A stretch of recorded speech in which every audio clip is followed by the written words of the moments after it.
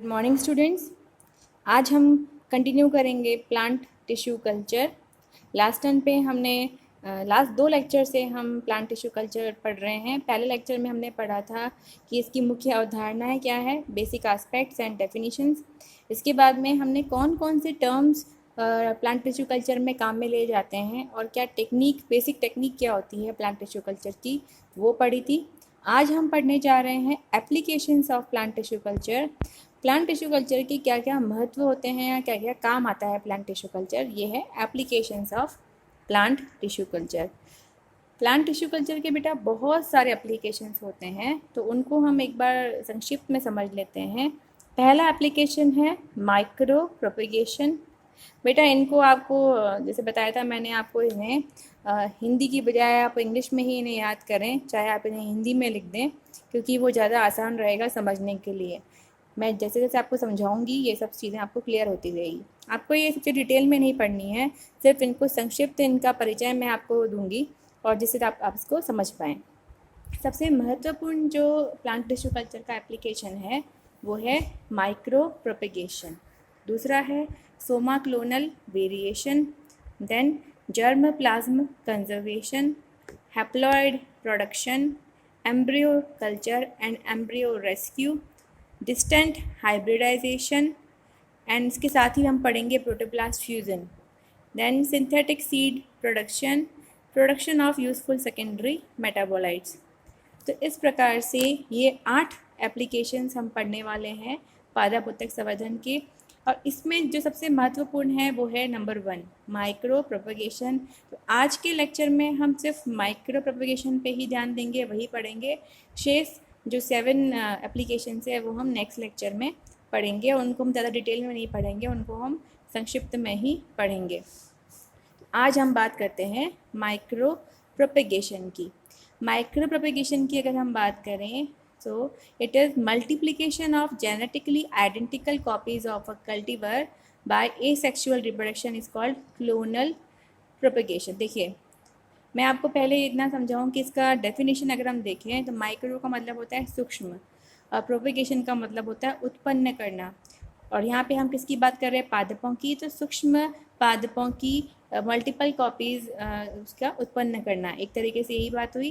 तो यहाँ पे क्या है, यदि आपको किसी पादप की मल्टीपल कॉपीज़ चाहिए तो उसके लिए जो आप टेक्निक काम में लेते हैं उसे हम कहते हैं माइक्रो प्रोपेगेशन। कॉपीज़ मतलब जेनेटिकली और उसके विजिबली तो ऑफकोर्स होगी, लेकिन जीन्स भी बिल्कुल समान होंगे जो भी कॉपीज़ बनी हैं।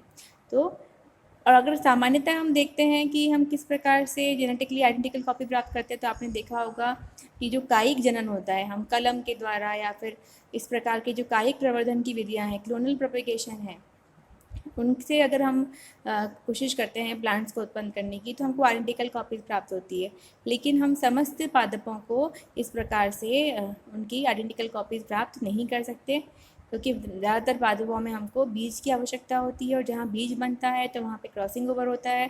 क्रॉसिंग ओवर है तो फिर वहाँ पे विविधता भी आती है, तो वह बिल्कुल समान नहीं होता जेनेटिकली अपने किसके पेरेंट के।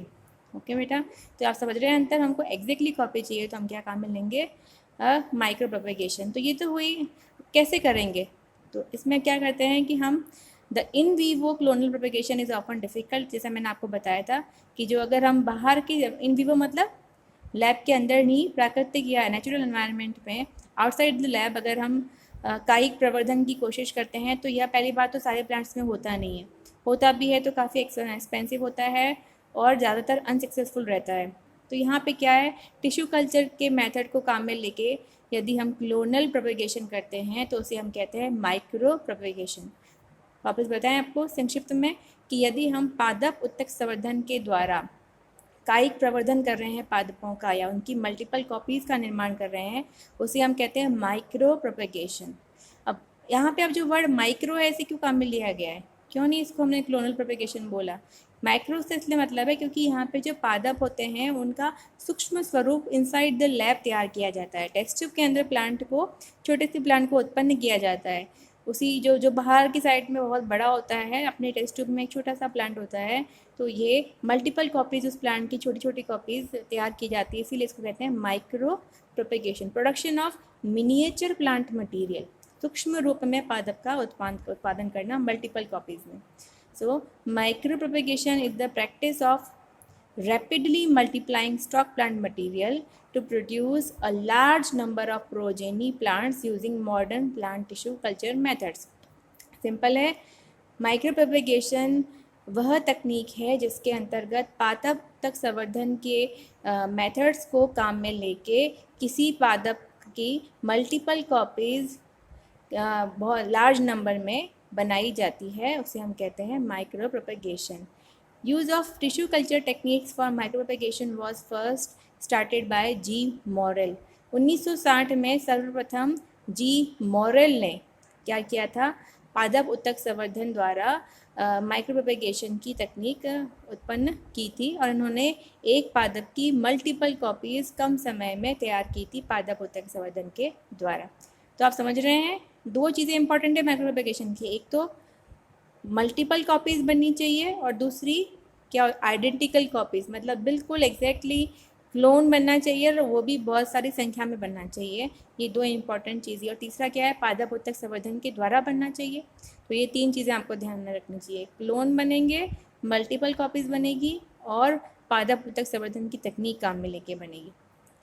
अब इसके बाद में है दिस प्रोसेस, इन्होंने जो मॉरल ने काम किया था, इन्होंने ऑर्किड्स आप जानते हैं कि अधिपादप होते हैं ऑर्किड्स, तो ऑर्किड्स को के बहुत सारे प्लांट्स उत्पन्न किए थे इस तकनीक के द्वारा। This process is very important in multiplying seedless plant. जिन पादपों में सीड नहीं होते तो उनके मल्टीप्लिकेशन के लिए यह तकनीक बहुत ज़्यादा इम्पॉर्टेंट है, क्योंकि सीड नहीं है तो फिर उनका आप वेजिटेटिव प्रोपेगेशन करना बहुत मुश्किल रहता है। तो यहाँ पे हम इस तकनीक के द्वारा उनका मल्टीप्लिकेशन कर सकते हैं। तो ये हुआ माइक्रो प्रोपेगेशन। अगर हम इसकी विधि बताएं कि किस प्रकार से हम कर सकते हैं, तो मैं आपको ज़्यादा डिटेल में नहीं बताऊंगी, आपको संक्षिप्त में ही समझना है कि माइक्रो प्रोपेगेशन दो विधियों द्वारा हो सकता है। एक होता है डायरेक्ट या प्रत्यक्ष और दूसरा होता है इनडायरेक्ट या अप्रत्यक्ष। दोनों में अंतर सिर्फ कैलस का है। यदि किसी प्लांट पार्ट से बिना कैलस बने सीधा प्लांट उत्पन्न हो रहा है तो उसे हम कहते हैं डायरेक्ट, मतलब विदाउट कैलस फॉर्मेशन। देख रहे हैं आप, सीधा विदाउट कैलस फॉर्मेशन। लेकिन यदि किसी पादप के भाग से पहले कैलस बनता है और फिर कैलस से बाद में प्लांट उत्पन्न होता है तो उसे हम कहते हैं इनडायरेक्ट, मतलब बीच में कैलस इज़ फॉर्म्ड। कैलस क्या होता है मैं आपको बता चुकी हूँ लास्ट टाइम पे। तो इस प्रकार से हम माइक्रोप्रोपेगेशन को मेनली दो भागों में बांट सकते हैं, which are direct and indirect. तो ये तो है कैलस के आधार पे हम कितने भागों में बांटते हैं। अब यहाँ पे मैंने एक मेथड बताया है आपको माइक्रो प्रोपेगेशन का, इसको मैं हम बाद में आपको डिस्कस करूँगी, क्योंकि एक बार आपको सारे स्टेप्स बता दूँ कि हम इसमें क्या क्या करते हैं तो उसके द्वारा आप आसानी से इसको समझ पाएंगे। तो ये भी देखिए, यहाँ पे मैंने बताया डायरेक्ट मेथड, मतलब यहाँ पे कोई कैलस नहीं बन रहा, और यहाँ पे इनडायरेक्ट मेथड क्योंकि यहाँ पे कैलस बन रहा है। ये देखिए, ये जो बनाया है हमने एक प्लांट का पार्ट लिया था, मैंने लीफ का एक फ्रेगमेंट काम में लिया था जिससे हमने कैलस बनाया। उस कैलस में आप देख रहे हैं बाद में यहाँ पे शूट उत्पन्न हो गए, ये लीफ दिख रही है आपको, और फिर लीफ से फिर बाद में आपने पूरा प्लांट, यहाँ पे प्लांटलेट आपको नज़र आ रही है, छोटे छोटे शूट दिख रहे हैं आपको, बहुत सारे मल्टीपल शूट बने हुए हैं। तो ये है माइक्रो प्रोपेगेशन का इनडायरेक्ट मेथड। अब यहाँ पे आगे आपको मैं और बताऊंगी कि माइक्रो प्रोपेगेशन को हम सोमेटिक एम्ब्रियोजेनेसिस भी हो सकता है, हम इसको डिटेल में नहीं पढ़ेंगे क्योंकि ये आपको समझने में थोड़ी प्रॉब्लम होगी। तो हम नेक्स्ट हम लेते हैं culturing micro propagation plant tissue culture steps, कि माइक्रो प्रोपेगेशन की कौन कौन से स्टेप्स होते हैं। तो माइक्रो प्रोपेगेशन के मुख्य रूप से 5 स्टेप होते हैं। सिंपल है, 5 स्टेप्स होते हैं। पहला स्टेप होता है स्टेज 0। अब देखिए बेटा, यहाँ पे अगर 0 है तो आपको इसको 1 2 3 4 5 भी बोल सकते थे, लेकिन आप इसको क्या नाम देंगे, 0 1 2 3 4। कारण ये है कि स्टार्टिंग में स्टेज 1 2 3 4 को पहले खोल लिया गया था और उनको स्टेज 1 2 3 4 नाम दे दिया गया था, लेकिन उसके बाद में स्टेज 0 को ऐड किया गया, इसीलिए इसको बाद में 0 ही बोला गया। तो यहाँ पे स्टेज 0 है selection and preparation of mother plant. जो भी मदर प्लांट मतलब जिस जो दाता प्लांट है जिसकी आपको कॉपीज़ तैयार करनी है उसका सिलेक्शन करना, और उसको प्रिपरेशन मतलब कि उसको आपको सुरक्षित रखना है कीड़ों से, उसको टाइम पे खाना, खाद, पानी सब देना है ताकि वो हेल्दी रहे।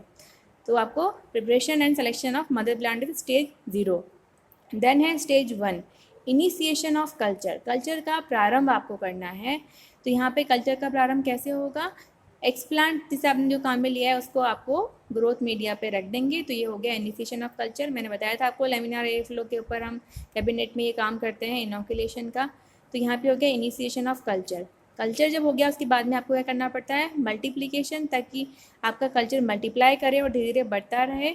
तो यहाँ पे है explant transfer to shoot media, shoots can be constantly divided. तो यहाँ पे उसके बहुत सारे शूट्स बनते रहेंगे।